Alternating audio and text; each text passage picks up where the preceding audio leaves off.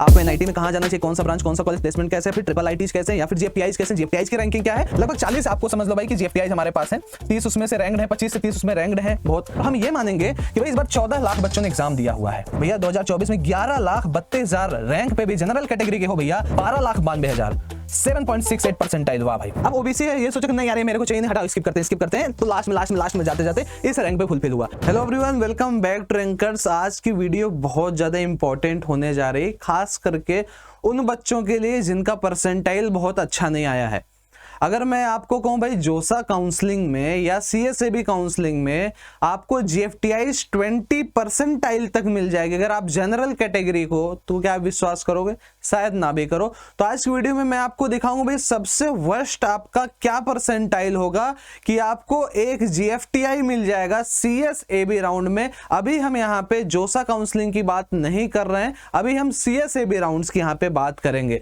थोड़ा सा समझा देता हूं मैं आपको एक बार भाई कि क्या होता है बेसिकली। देखो, जैसे जब आप जोसा का काउंसलिंग करते हो तो यहां से आपको भाई जो कॉलेजेज अलॉट होते हैं, एक तो आईआईटी हो गया, वो बात की बात है, वो जब आप एग्जाम देते हो, एक एनआईटी होता है, एक ट्रिपल आईटी होता है, और देन उसके बाद जीएफटीआईज इसको बोलते हैं। कई लोग इसको सीएफटीआईज भी पहले बोलते हैं, अभी हम इसको जीएफटीआईज ही मान के चलते हैं, गवर्नमेंट फंडेड टेक्निकल इंस्टीट्यूट्स। अब इसमें क्या है भाई कि जो सबसे लोअर रैंक पे मिलते हैं कॉलेजेस जो जीएफटीआईज के हैं, देन ट्रिपल आईटीज के, देन एनआईटी। अब इसमें भी कुछ एक्सेप्शंस हैं, कुछ बहुत ही ज्यादा अच्छे हैं तो कुछ ऊपर नीचे भी हो जाते हैं, जैसे कुछ ट्रिपल आईटीज एनआईटी से भी ऊपर आती हैं। तो आज हम बात करने जा रहे हैं भाई जीएफटीआईज हमें किस राउंड में मिलेगा। अब देखो भाई, जोसा एक राउंड होता है जिसमें 5 से 6 राउंड्स आपके होते हैं, और उसके बाद जो सीट्स बच जाती हैं वो होता है सीएसएबी राउंड द्वारा फुलफिल्ड। तो सीएसएबी में भी 2 राउंड्स होते हैं, राउंड 1 अगर बच गई सीट्स, फिर दूसरा राउंड भी होता है जिस कॉलेज में, जिस इंस्टीट्यूट में सीट्स बची हैं वो राउंड 2 में भी यहाँ पे फिल होता है। तो आज हम बात करेंगे सीएसएबी में।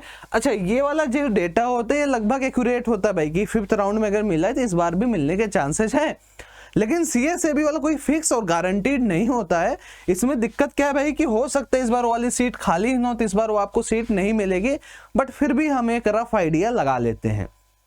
अब जीएफटीआईज क्या होता है भाई, देखो गवर्नमेंट फंडेड बहुत ज्यादा अच्छे तो इंस्टीट्यूट्स नहीं, इसमें कुछ अच्छे हैं।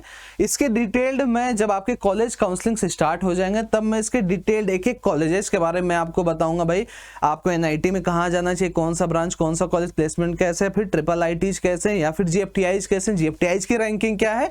अभी मैं आपको एक रफ ओवरव्यू देता हूँ, लगभग 30 से भी ज्यादा, यानी लगभग 40 आपको समझ लो भाई कि जीएफटीआईज हमारे पास है।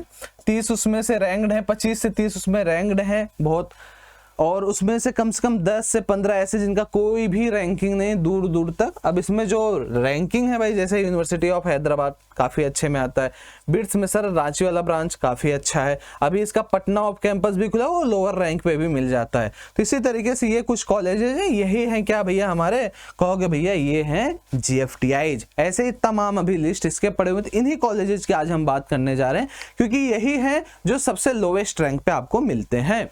अब चलिए भाई स्टार्ट करते हैं। पहले स्टार्ट करेंगे हम जनरल कैटेगरी से, और हम ये मानेंगे कि भाई इस बार 14 लाख बच्चों ने एग्जाम दिया हुआ है।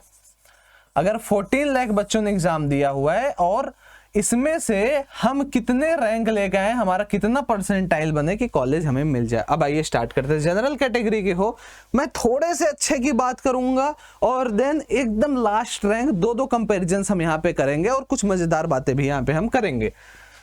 भाई जो जनरल कैटेगरी का बच्चा है, अगर आप ध्यान से देखो, ये थोड़ा ठीक माना जाता है, मतलब लोअर कॉलेजेस में थोड़ा ठीक माना जाता है, ये अच्छा नहीं है। देखो ये इस रैंकिंग में जो हमने यहाँ पे आपको रैंकिंग दिखाई उसमें दूर दूर तक ये कहीं नहीं है, लेकिन अगर आप ध्यान से देखो तो ये कॉलेज जो है ये थोड़ा ठीक है।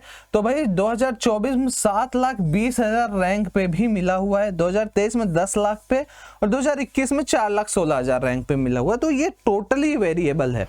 तो अगर 2024 लेटेस्ट बात करें भाई, तो इस रैंक और 14 लाख बच्चों ने एग्जाम दिया, तो इसकी जो परसेंटाइल आपकी बनेगी लगभग आधी, 48 परसेंटाइल अगर आप जनरल में हो तो 2024 में आपको ये मिल गया होता है। ये जनरल कैटेगरी की बात हो रही है। अब एकदम खराब लास्ट रैंक की बात करें, सीयू झारखंड जल्दी ही इंट्रोड्यूस्ड हुआ है 2024 में, उसके पहले इंट्रोड्यूस्ड नहीं था जीएफटीआई में। इन्होंने कोलैब किया और कहा जी हाँ हम सीएसएबी से भी पार्टिसिपेशंस लेंगे।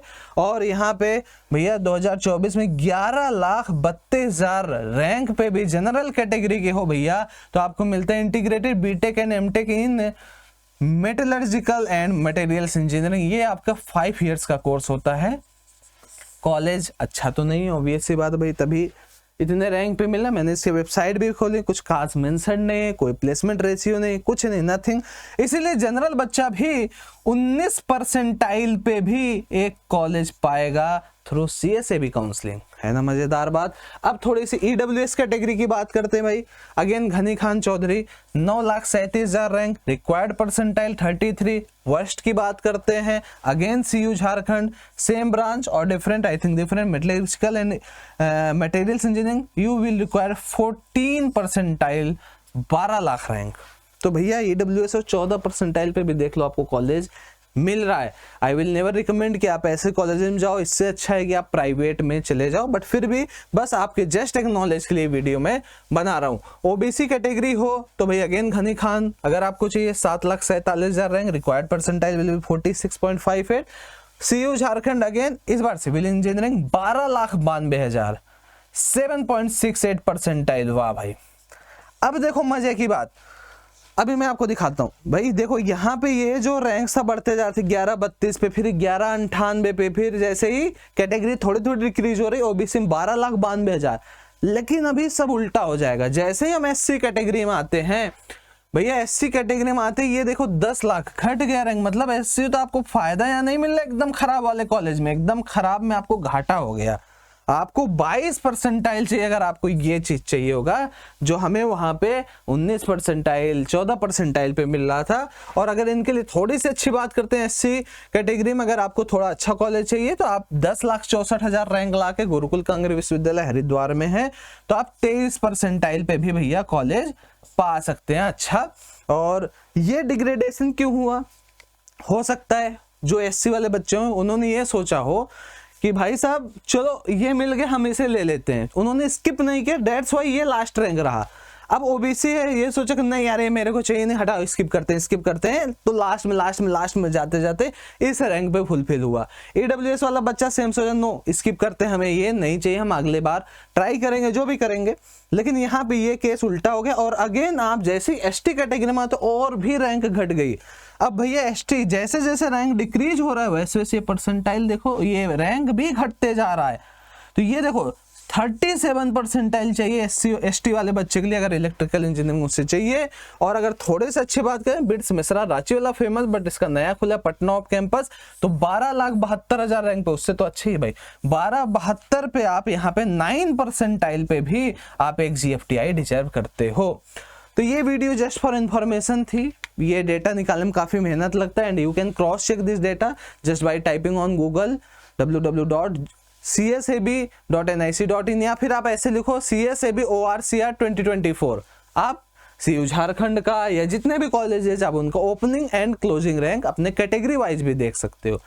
आपको और सारे ब्रॉड इंफॉर्मेशन इसी चैनल मिलेंगे भाई। अगर चैनल पे नए हो तो सबसे पहले इस चैनल को सपोर्ट करो, शेयर कर दो अपने दोस्तों में, टेलीग्राम्स में शेयर कर दो, चैनल को सब्सक्राइब कर दो। एक टेलीग्राम है हमारा, उसको ज्वाइन जरूर कर लो ताकि काउंसलिंग वाले टाइम पे आपको थोड़ा भी दिक्कत ना हो। बाकी आप सेकेंड अटेम्प्ट के लिए अच्छे से फोकस करो, पढ़ाई करो, जितना बेहतर आप कर सकते हो उतना ही लॉट ऑफ अपॉर्चुनिटीज आपको खुलेंगी।